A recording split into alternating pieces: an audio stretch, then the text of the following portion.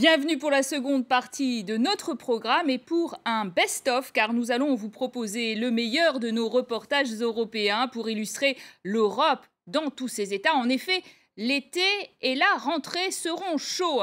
Depuis le 1er juillet, c'est la Slovaquie qui a pris la présidence de l'Union européenne pour 6 mois. Elle devra gérer l'après-Brexit, la crise morale et politique post-référendum britannique pour sortir de l'Union européenne. Et puis elle devra négocier un compromis sur la crise des réfugiés.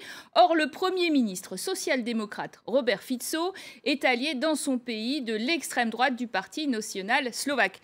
Il est frappé aussi par des scandales de corruption courants en Slovaquie, mais qui déclenchent cette fois de grandes manifestations. Et puis, Robert Fico s'est également distingué vis-à-vis de ses partenaires européens pour son populisme anti-migrant. On se remémore pourquoi avec ce reportage signé Johan Baudin. Dans cette ancienne caserne slovaque reconvertie en camp de réfugiés, Aras et sa famille viennent de terminer la période de quarantaine fixée par les autorités. Dans ses mains, le précieux sésame pour une nouvelle vie. Sa demande d'asile a été approuvée. C'est une lettre qui nous explique nos droits, mais aussi nos devoirs. Ce qu'on doit faire en Slovaquie, il faut bien que je comprenne tout pour savoir comment faire pour travailler, pour vivre et participer à la société slovaque. Une procédure express, car Aras fait partie d'un groupe de 149 chrétiens d'Irak qu'une fondation catholique slovaque a décidé d'aider. Le père Brancous a sélectionné les familles au Kurdistan irakien et parraine désormais leur installation en Slovaquie. Je pense que l'on doit se concentrer sur les plus vulnérables, car on ne peut pas aider tout le monde. Ce n'est peut-être pas politiquement correct à dire, mais il y a plus d'espace pour eux, les chrétiens ici, pour être intégrés. On peut intégrer aussi des musulmans ou des gens d'autres religions, mais cela prendra plus de temps, plus d'efforts. L'opération a été menée de concert avec l'Office des migrations. La Slovaquie accorde traditionnellement l'asile avec parcimonie, 8 cas seulement l'an passé. Avec ces nouveaux venus, l'État slovaque se targue de multiplier par 20 son effort et permet d'illustrer auprès de Bruxelles la politique migratoire du pays. Nous ne voulons pas que quelqu'un nous dise à qui il faut donner de l'aide, et c'est pour cela que nous avons choisi les chrétiens irakiens. La position de la Slovaquie, c'est que les quotas, c'est une bêtise, une absurdité, quelque chose d'irréel. Et finalement, cette méthode de transfert de population d'un pays à un autre évoque pour moi les méthodes de Staline en URSS. Au terme des accords de répartition, Bratislava aurait dû accueillir 2500 migrants. Mais la Slovaquie conteste en justice la décision. Tout juste permet-elle le séjour temporaire de 500 d'entre eux dans cette commune au sud de la capitale. Morsam et Djiwar sont syriens. Ils sont hébergés dans cette ancienne cité universitaire pour 6 mois maximum, le temps que leur dossier aboutisse en Autriche. C'est mieux que la plupart des camps en Autriche. Ici, j'essaie de toutes mes forces de ne pas fâcher qui que ce soit. Ici, les réfugiés musulmans pour la plupart ne sont pas les bienvenus. Le maire a organisé un référendum pour contester la présence même provisoire de ces migrants. Le résultat est que la majorité écrasante de ceux qui sont venus aux urnes est contre à 99,7%. Nous ne serons pas tranquilles avant que le dernier réfugié ne s'en aille. Depuis le début de la crise des migrants, le gouvernement slovaque a développé une rhétorique visant les musulmans. Ce Syrien d'origine dénonce les propos du Premier ministre appelant à surveiller tous les musulmans de Slovaquie. Ces mots ont été malheureux, déplaisants et antidémocratiques. Selon le dernier recensement, près de 70% des 5,5 millions de Slovaques se déclarent catholiques, l'un des plus forts taux d'Europe, et à peine 2500 musulmans vivent parmi eux.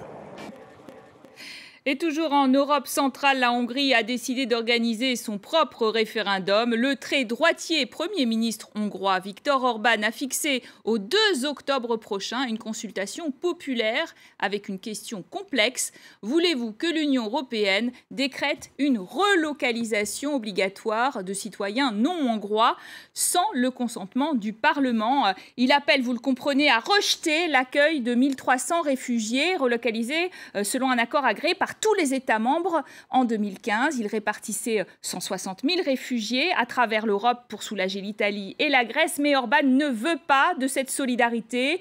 Il prétend que 17 000 migrants sont déjà passés par la frontière avec la Croatie et la Serbie, bien qu'il ait érigé un mur de barbelés en septembre 2015. Il avait choqué alors toute l'Europe et les habitants des régions frontalières, comme nous le rappelle Alix Le Bourdon. Dans cette tranquille bourgade croate, la scène était devenue habituelle. Ce jour-là, près de 2000 migrants descendent du train, à pied, direction la frontière hongroise. Ils font partie des derniers à emprunter ce passage. Depuis, la Hongrie a fermé sa frontière avec la Croatie. Avant que la barrière ne soit érigée, les migrants traversaient ce village à pied. Un souvenir vif pour cet employé municipal qui reste partagé sur le traitement de la crise migratoire en Hongrie. On ressent de la compassion envers les gens qui arrivent des zones de guerre. Mais nous ne pouvons pas dire s'ils sont tous syriens. Peut-être qu'ils viennent d'autres pays, mais comme ils n'ont aucun document sur eux, on ne peut pas contrôler. Plus à l'est, toujours sur la frontière croate, le maire de Beremend approuve totalement la politique du gouvernement. Il faut à tout prix mettre un terme à cette vague migratoire. Si l'UE est incapable de protéger ses frontières extérieures, ça va créer d'énormes problèmes. On constate déjà qu'ils arrêtent des terroristes ici ou là. Aucun pays n'a besoin de ça. Encore plus à l'est, aux confins des frontières serbes et roumaines, nous rencontrons Robert Molnar. Ce maire sans étiquette ne s'est toujours pas fait à la barrière qui longe son petit village depuis fin août. C'est surtout une clôture mentale qui s'est créée. La Hongrie est en train de se ghettoiser. Il tient à nous montrer ce monument, le triplex, portant les emblèmes des 3 pays, Hongrie, Serbie et Roumanie.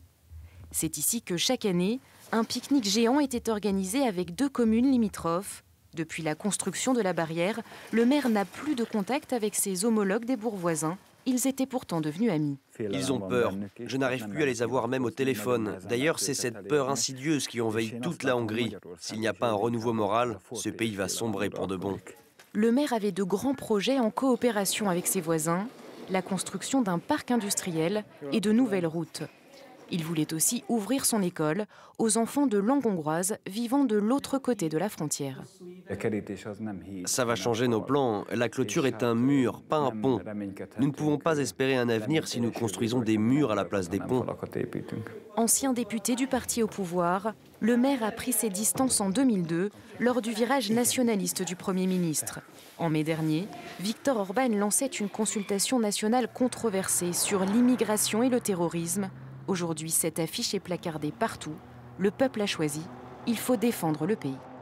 Et même les pays traditionnellement défenseurs des droits des réfugiés, les pays nordiques, ont durci leur politique et leurs propos. La Finlande, par exemple, a annoncé en début d'année qu'elle souhaitait expulser 60% des demandeurs d'asile présents sur son territoire. Or, près de 33 000 migrants ont rejoint la Finlande en 2015. La majorité sont des Irakiens arrivant de Suède, d'Allemagne. Dans les faits, ils sont de plus en plus découragés de demander l'asile dans ce pays et choisissent souvent de prendre le chemin du retour. Un reportage signé Johan Baudin. Sami Sulko est un maire finlandais qui voit chaque année diminuer le nombre de ses administrés. Ça, c'est une ancienne filature de coton. L'essor de cette petite ville appartient au passé. Ses industries ont fermé, sa jeunesse est partie à la ville. Sami Sulko veut sauvegarder les derniers emplois. Si nous n'inversons pas la tendance dans 10 ans, si nous n'arrivons pas à résoudre ce problème de baisse d'habitants, nos entreprises risquent d'investir dans d'autres villes. Pour Sami, l'espoir en l'avenir est peut-être arrivé l'été dernier. 200 réfugiés sont logés ici. Au 5e étage, l'appartement de la famille Kassem, une famille d'Irakiens de Bagdad, demandeurs d'asile. Je voudrais dire bienvenue. Merci. À tous ceux qui vivent ici et surtout vous. Pour contrer l'exode rural, le maire aimerait bien convaincre ces réfugiés de s'installer définitivement sur sa commune. Mon rêve pour l'avenir, c'est de trouver le même travail que j'avais en Irak. J'ai été ingénieur en énergie électrique et je souhaite que mes enfants aillent dans les meilleures universités. En attendant que leur demande soit acceptée, la famille Kassem perçoit 1 000 € d'aide mensuelle. En un an, 32 500 réfugiés sont arrivés, principalement des Irakiens. Proportionnellement à sa population, la Finlande accueille l'un des taux les plus élevés d'Europe. Tous ces migrants sont hébergés loin des grandes villes, le temps que toutes les demandes d'asile soient étudiées. En Irak, on va vérifier la situation région par région.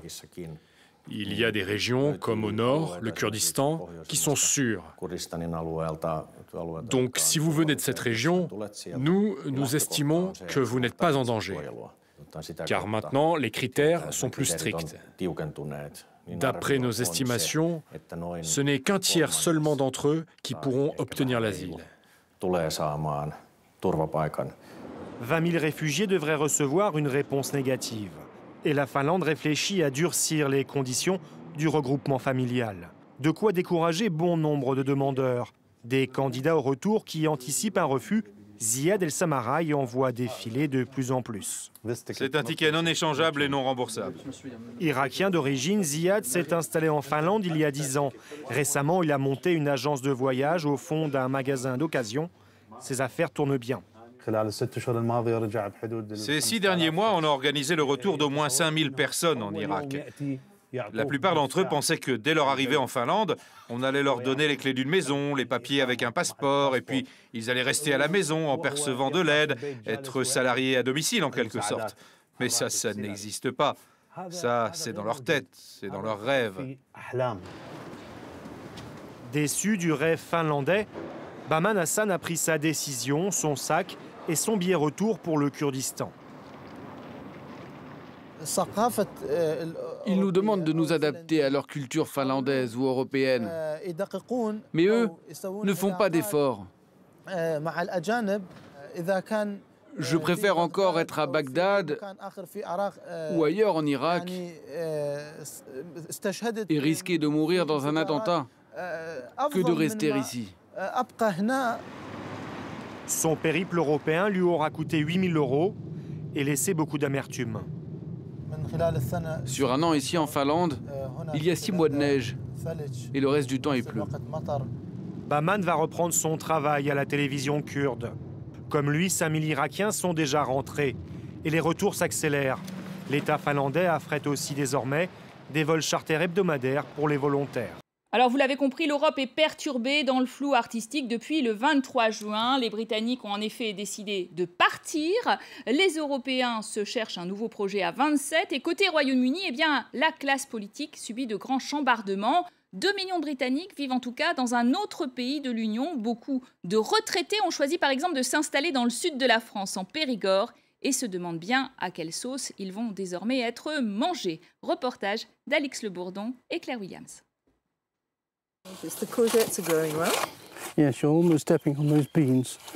Depuis près de 20 ans, c'est en couple que Brian et Hélène entretiennent ce petit coin de paradis. Ces Britanniques ont choisi le fin fond du Lot pour prendre leur retraite. Avec l'Union européenne, nous savons que notre retraite est protégée et que nous pouvons bénéficier des services de santé. S'il y a un Brexit, le danger est grand de voir nos retraites menacées. Brian et Hélène n'ont jamais cotisé en France. C'est donc l'État britannique qui leur verse de l'argent. Ils craignent un gel de ce montant, comme pour leurs compatriotes retraités en dehors de l'Union européenne. À quelques kilomètres de là, cette Britannique aussi est inquiète. Conseillère municipale auprès du maire de Marmignac depuis 2008, Rachel a peur de devoir quitter ses fonctions. Jusqu'à maintenant, c'est seuls les Européens avaient droit d'être élus dans un conseil municipal. Ça pose un problème juridique. Même si moi, je me sentirai toujours moi, je ne serai plus européenne, il y aura une rupture. Professeure de langue, Rachel s'est installée ici quand sa fille avait 6 ans. Aujourd'hui, Marie passe son bac et projette de poursuivre ses études en France. L'Angleterre quitte l'Europe, faudrait que me tourne vraiment vers la nationalité française parce que j'ai le passeport anglais, donc il y aura des complications. Dans la ville voisine de Gourdon, ce mélange de jardin à l'anglaise et à la française s'est fait grâce à la participation de la communauté britannique. un bel exemple de coopération européenne.